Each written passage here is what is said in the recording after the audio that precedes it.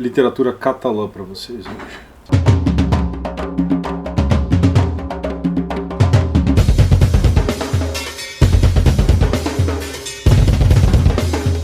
Ok, livro de hoje, como foi mencionado logo na introdução, é da literatura catalã.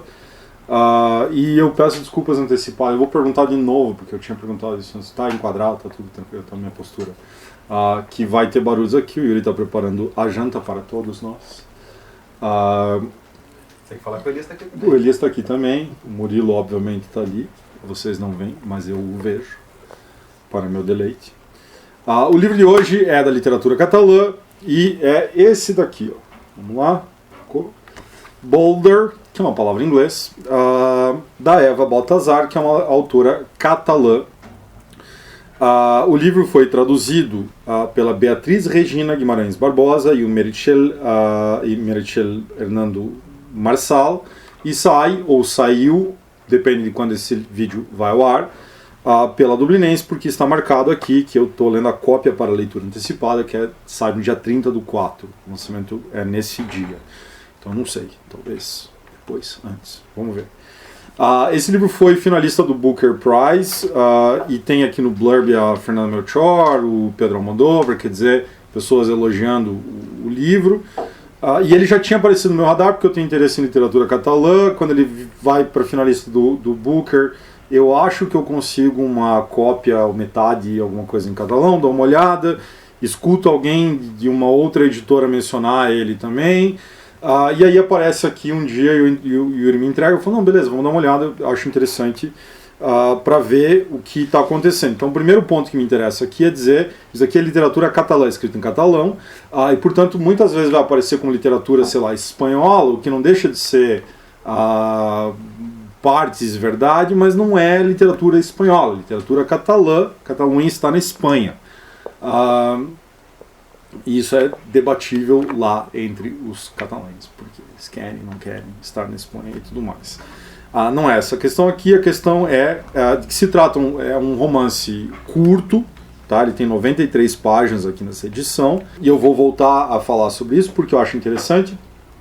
Um romance tão curto, tá no Booker Prize, enfim, a gente poder pensar o que é o romance, porque muitas vezes pedagogicamente foi colocado o romance como uma coisa de uma extensão um pouquinho maior, uma complexidade um pouco maior, e aqui força-se a reconsideração, eu acho que é uma tendência bastante contemporânea, não só no Brasil, não é, mas no mundo a gente percebe, de repensar o que é, pela extensão, pelo tamanho, pela complexidade, o romance. Então isso já é um ponto aqui a ser considerado.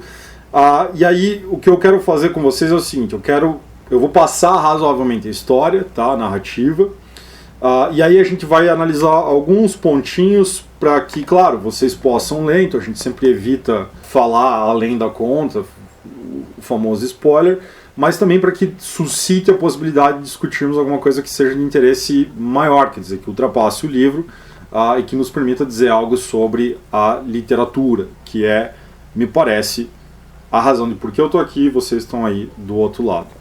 Quer dizer, o todo da existência de vocês é a literatura, caso não tenha ficado claro para vocês. Para mim claramente a única coisa que presta no mundo é literatura. Então vamos lá.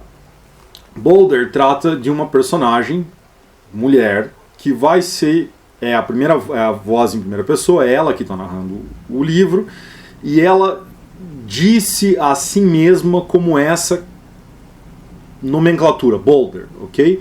Que é um rochedo no meio da água, por exemplo, no mar, ok? E isso faz sentido porque ela diz, eu era a cozinheira ruim, não era muito boa cozinheira, de escola, uma coisa assim, e na Espanha, e ela embarca num navio para trabalhar na cozinha. Ela queria ter alguma coisa para fazer, quer dizer, queria realizar algum trabalho que ela pudesse ter essa dinamicidade, que ela não caísse numa rotina e tal. E a gente vê desde o começo que ela tem um problema muito grande com isso, com as pré-determinações de uma sociedade ou de uma cultura que coloca ela fixa e numa rotina cotidiana, não é?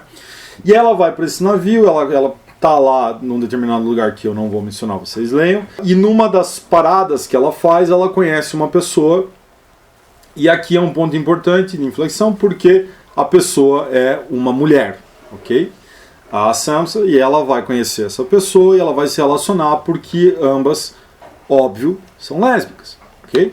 Então, é um livro sobre uma relação entre mulheres, perfeito?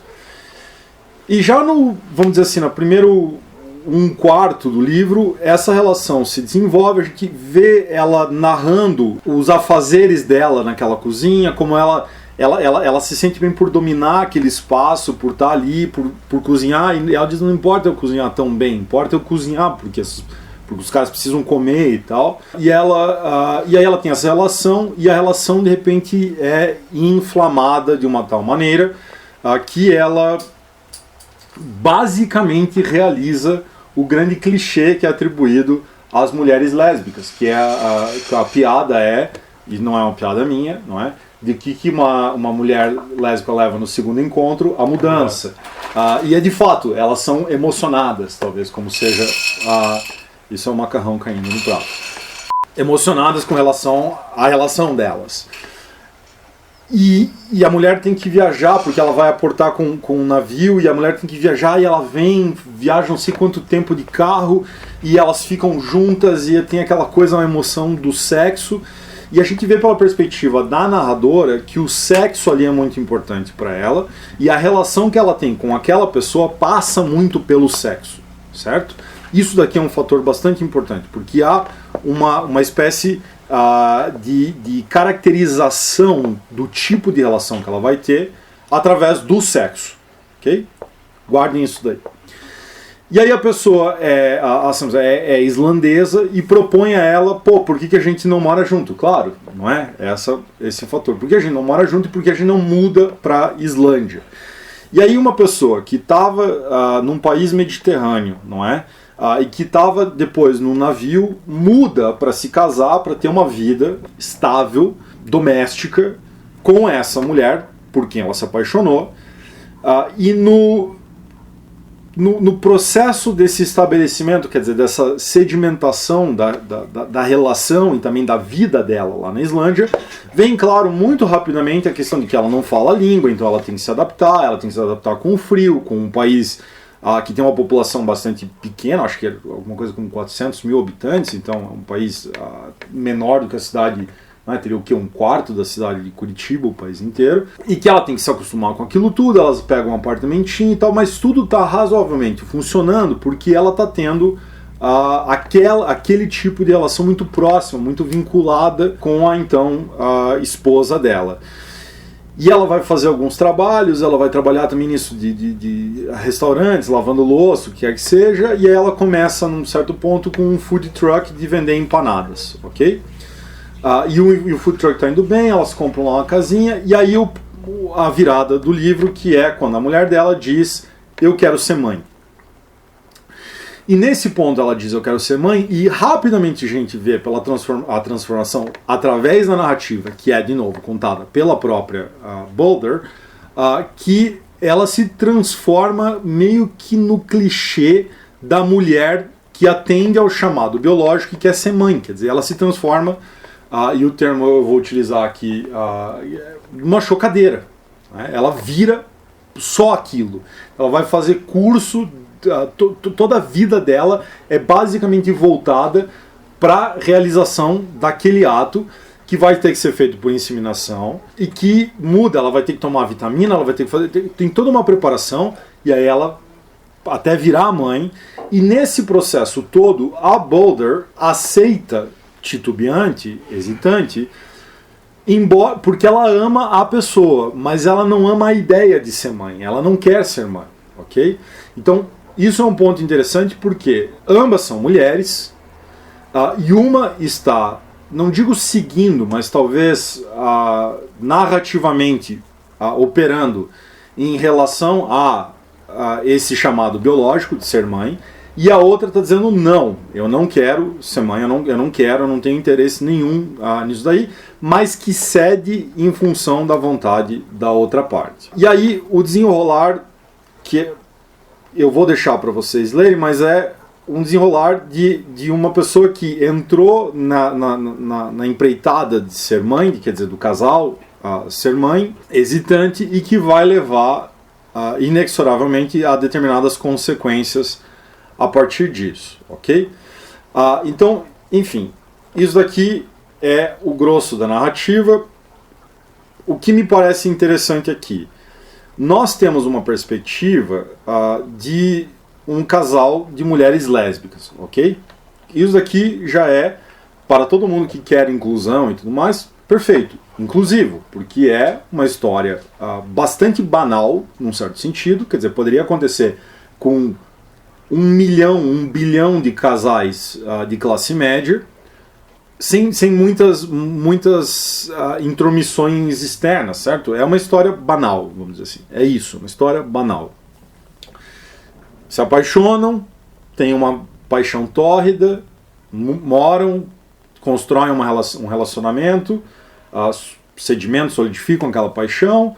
Num certo ponto, passado um tempo, não muitos problemas financeiros ou grandes aventuras além disso, uma das pessoas diz eu quero ser mãe, e a outra pessoa diz eu talvez não queira tanto isso daí, mas eu cedo porque eu amo você e para ver você feliz, ok? E aí depois lidam ambos com a consequência disso daí. Banal, de novo. Mas porque é realizado por duas mulheres e porque é um caso de relação entre lésbicas, atiçaria, em muitos sentidos, vamos dizer assim, um interesse dos leitores. Isso eu concedo, de fato, pode ser esse o caso. O que talvez a gente possa pensar é que, embora performando isso dentro de um aspecto de um casal lésbico, e aí eu não sei, e a gente não importa para nós se isso é intencional da Eva Baltazar, da autora, ou não, mas nós vemos um comportamento bastante distinto entre essas duas pessoas. Quer dizer, uma pessoa que sempre se mostra relutante e tendente a, por exemplo, a sair, a se evadir, a buscar uma vida mais, muito entre aspas, livre, enquanto a outra, que é o caso da Boulder, que já tinha entrado no navio, que já sempre buscou, parecia irrequieta, parecia insatisfeita em grandes medidas, e a outra pessoa que parecia muito mais dada a o estabelecimento do lar, digamos assim. Nesse sentido, a gente não está muito distante de vários padrões heteronormativos, e padrões heteronormativos que inclusive são cumpridos por outros elementos na Boulder. Por exemplo, a questão do sexo que eu mencionei antes. O sexo para ela é muito importante. A relação se dá com a companheira dela mediada muitas vezes pelo sexo. É quando o sexo é tirado da jogada que ela começa a estranhar aquela dimensão, como se ela não se sentisse amada, porque o sexo não é entregue, certo? Porque quando a companheira começa a entrar com não o pezinho, mas o corpo inteiro na ideia da maternidade, ela retira-se enquanto um ser sexuado. E ao se retirar como ser sexuado, ela se retira para Boulder da relação. E nesse sentido, em relatos que nós temos, muitas vezes é o homem, num casal hétero, que se comporta dessa maneira, não é? Que numa dimensão da relação, e o homem considera que a entrega do amor da outra parte virá mediada pelo sexo. Não pelos afetos, essa palavra eu sei já está banida, mas não pelas emoções, pelos sentimentos, pelo vínculo de outras ordens, mas pelo sexo. Então, de novo, aqui um padrão heteronormativo. Além disso, na própria realização do sexo, há detalhes que a autora coloca que me parecem também reforçar esse cumprimento de padrões de alguma forma heteronormativos, o que dá um interesse e uma complexidade ao livro, porque, por exemplo, eu vou falar aqui, Yuri, e aí o YouTube vai ter que medir se ele vai ficar bravo com isso, mas a Boulder usa de um cintaralho, ok?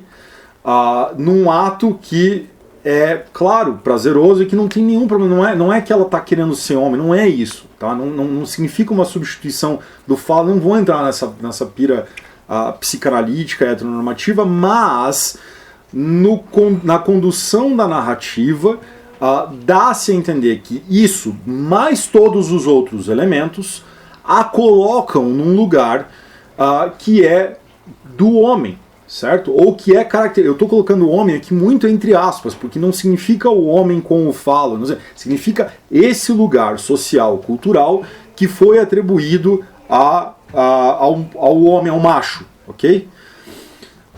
E isso repercute narrativamente nas consequências que vão acontecer, quer dizer, nas escolhas da Baldr e nos fatos subsequentes ao ponto em que eu parei de narrar para vocês. E é muito interessante ver isso acontecer, porque, de novo, sendo uma história banal e cumprindo, como eu estou dizendo, vários dos elementos de uma história banal que poderiam ser facilmente atribuídos a um casal heteronormativo, de classe média, branco, o que quer que seja, aqui aparece figurado numa diferença sensível, certo? Portanto, duas mulheres. E isso dá um tom interessante ao livro. Um livro que, e agora é vamos dizer assim, uma parte que é de consideração minha, ok? Em relação ao estilo e a tudo mais. Um livro que é curto, 93 páginas, como eu falei, tenta ser muito e muito na veia em vários sentidos, quer dizer, narrar de uma forma razoavelmente direta, mas que tem que incorrer para preencher, para dar estofo para essa história, quer dizer, muito, muito simples, principalmente dois recursos linguístico-poéticos que vão ser utilizados bastante pela autora, que é a metáfora e a metonímia, sobretudo de tipo comparativo. Então, muitas, eu não separei aqui, eu poderia ter feito, talvez eu possa pegar a esmo, mas muitas vezes ela está narrando um fato completamente cotidiano, ou um sentimento banal, quer dizer, a Baldr vai beber com o Ragnar, que é um cara lá, que é um amigo dela, que é um cozinheiro num bar também, e eles se encontram para beber de noite, e há um companheirismo entre eles, uma amizade, e aí ela vai narrar algo completamente cotidiano, banal, não tem nada demais, e ela utiliza de recurso de dizer aquilo era tal como, e aí ela dá uma saída pretensamente poética, certo? Através da metáfora e da metonímia. Ao utilizar isso repetidas vezes, há aqui talvez uma escolha interpretativa nossa, que é nós podemos tomar isso como uma prosa poética, em um certo sentido, e eu acho que é válido, tá? Ou nós podemos tomar isso como, puxa, ficou talvez um pouquinho demais. Puxa, você apelou exaustivamente ao mesmo recurso, e ao mesmo recurso num livro que já não é tão grande por si só, que a história não é tão complexa por si só, e aí chama muito a atenção a utilização desse recurso, certo? Então, por que me interessa falar nisso daqui? Porque me parece que esse livro, por ter sido finalista do Booker, por estar com um tema que é bastante atual, sei lá, politicamente engajado, que é tratar uma história simples, mas por um viés um pouquinho diferente, que é a inserção de um casal de mulheres.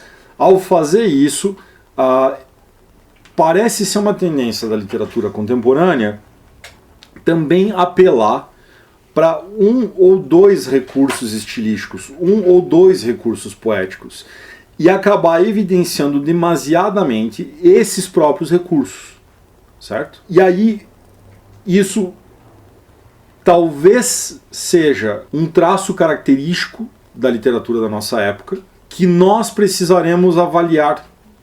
E aí, nesse sentido, o livro é exemplar, porque ele traz isso de uma forma compacta, porque ele traz isso de uma forma muito bem contida, ok? Nós podemos ler o Baldr e podemos tomar ele precisamente pelos elementos que ele tem, precisamente pelos traços que ele apresenta. Ele não se evade de nós. Ele é, como eu disse, curto, ele tem um tema banal que é ressignificado pela inserção de um elemento, vamos dizer assim, supostamente estrangeiro, que responde a um tempo, ao nosso tempo, a uma demanda, a nossa demanda, e o faz através da utilização de recursos estilísticos poéticos bastante demarcados. Okay?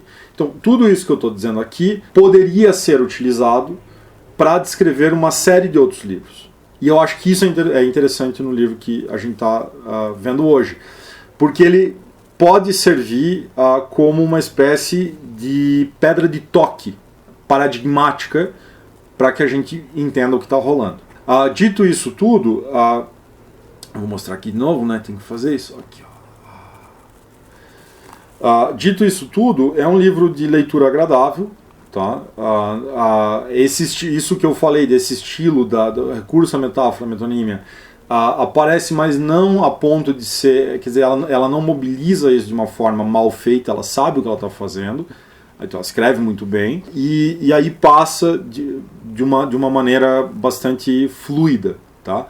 É um livro curto que vai ser lido certamente com rapidez por vocês, e talvez seja isso interessante também, assim, a possibilidade de você ler um romance numa sentada. E aí importa menos, eu acho que esse é o último ponto, importa menos a gente saber se isso daqui é um romance e mais saber se isso daqui é literatura.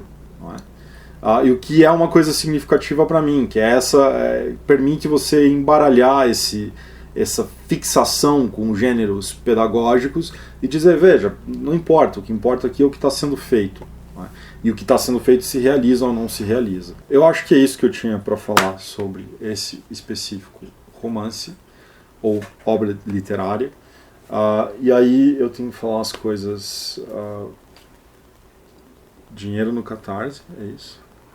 Lucas, 3 anos fazendo essa merda já. Dinheiro no Catarse, vocês têm que comentar o que vocês quiserem, porque a gente tava falando antes que o pessoal pega meio pesado, não é pega pesado, mas volta e meia eu recebo umas chamadas de atenção porque eu falo coisas inadequadas para esse mundo. Então, enfim, deixa um comentário, eu não me importo quase nada com isso. Eu me importo com bem pouca coisa. Vocês deveriam saber disso já. O Elias está rindo, mas é porque é real. Assim, tipo. Comentários. O que mais que eles têm que fazer? Curtir o vídeo e é isso daí. Não, você tem que se declarar com o Murilo também. Mas eu já fiz isso antes, não? Eu já fiz. O Murilo está dizendo que sim, que eu fiz. Ele estava com o dedo ali pronto para apertar. Você está constrangido, Murilo? Você sabe que agora eu não tenho mais a quem dedicar o meu amor, né? Então vai todo o meu amor pra você. Você tá feliz com isso? Não, ele fez que não. Tá bom, ok. Sacanagem, hein? Falou.